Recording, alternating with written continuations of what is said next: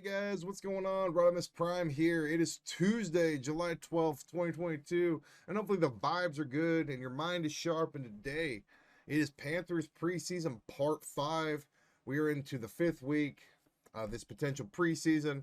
Not really actual NFL preseason, but just kind of waiting for stuff to happen.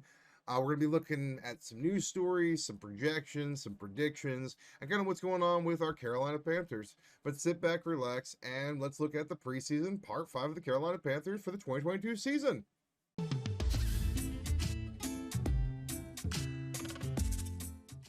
So first off, I shared my initial reaction of us trading for Baker Mayfield last week.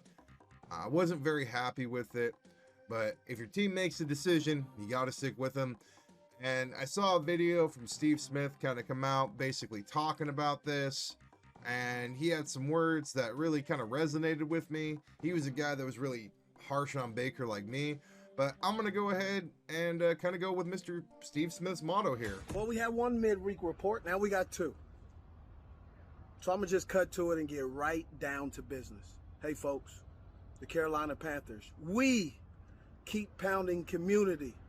The Carolina Panthers, and also I, preseason color analyst. We have Baker Mayfield. Whatever the compensation is, it doesn't matter. Really what we have to do is, we'll see what's going to happen.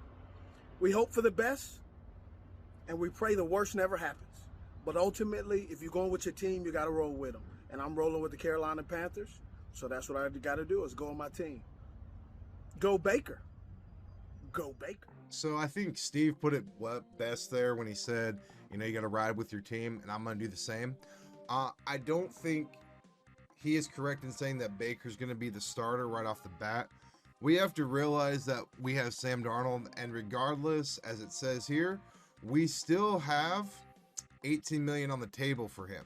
18.8 according to this article, and that's for the 2022 season. And we also have 4 additional quarterbacks. We got PJ Walker, we got Baker on the squad now, we got Davis Cheek, and we got Matt Corral, who is our 3rd round draft pick. It's going to be an interesting offseason. We're going to have some quarterback controversy, as I've stated, regardless, because you have 2 guys who were starters at their respective teams. But I think it's going to be a real telling time if both these guys get chances in the preseason. I think if you're smart, and you've paid for a guy like, a Sam Darnold or a Baker Mayfield, which we didn't pay much for Baker, then you both give him a chance at preseason. You let one guy do half the preseason games, you let the other guy do the other half of the preseason games, and you just see how it plays out. So that would be my take on it, kind of in this regard, and see what Sam has to offer. You've paid him this money, see what ends up happening. Something a little bit positive that I noticed, our defense had kind of a weird season last season in terms of how it played. We only allowed 305 yards per game, which was the 2nd best in the NFL, but we did allow 23.8 points per game, which it ranks, 21st. Regardless of how that kind of played out in terms of points, I think as a team we can improve upon that. When looking at what Pro Football Focus actually ranked our defense, we have a lot of guys in the mid 60s.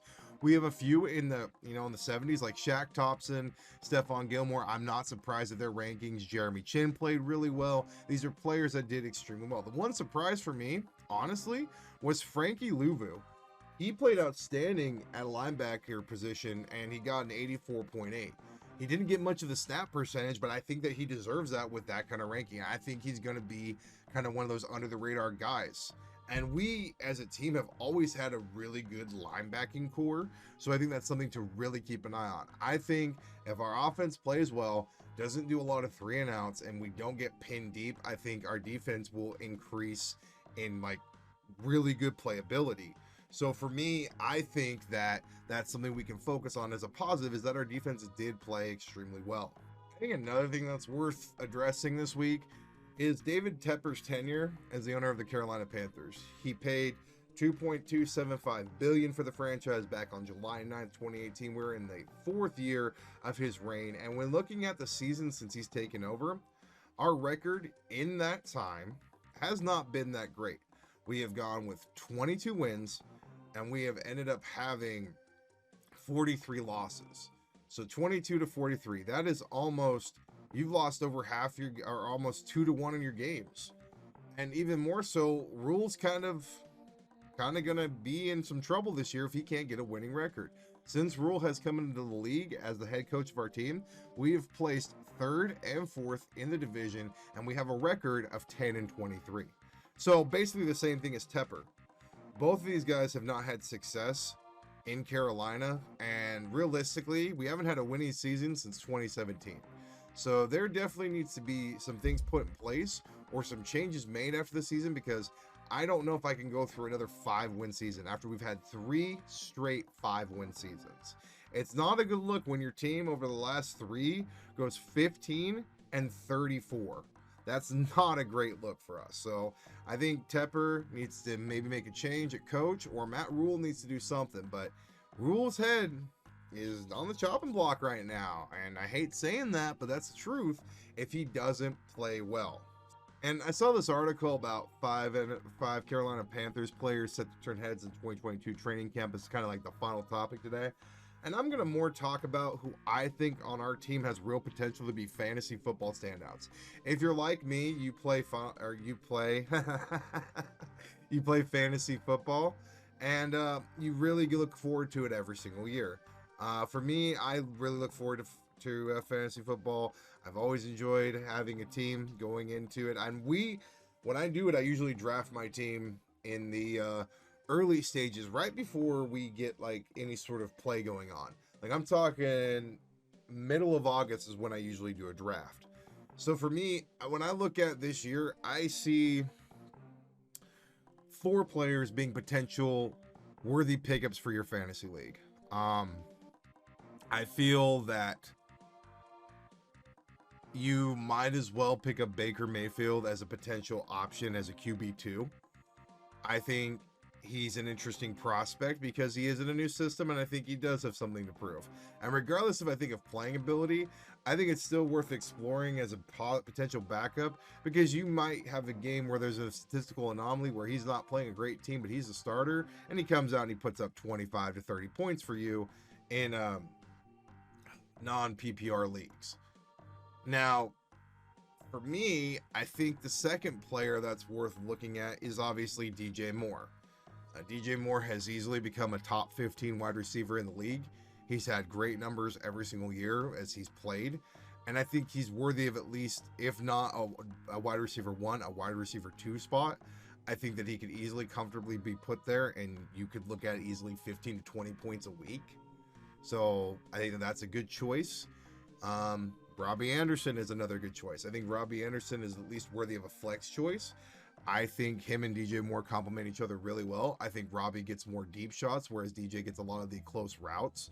So for me, I think Robbie Anderson is a good flex pickup if you're choosing to go with a full Carolina lineup.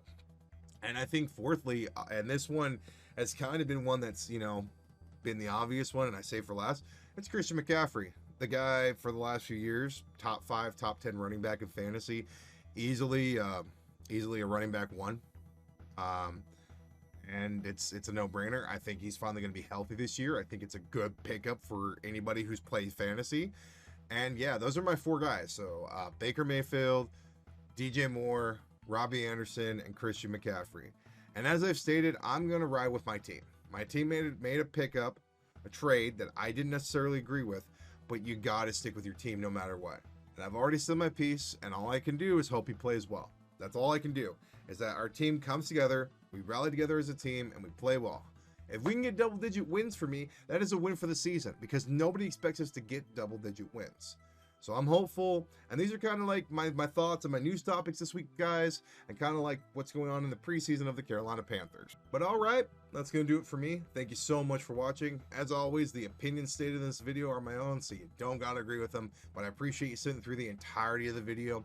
Before you go, if you could do me just one more small favor, if you could please like the video and subscribe, I would really, really appreciate that. And as always, I will see you all tomorrow.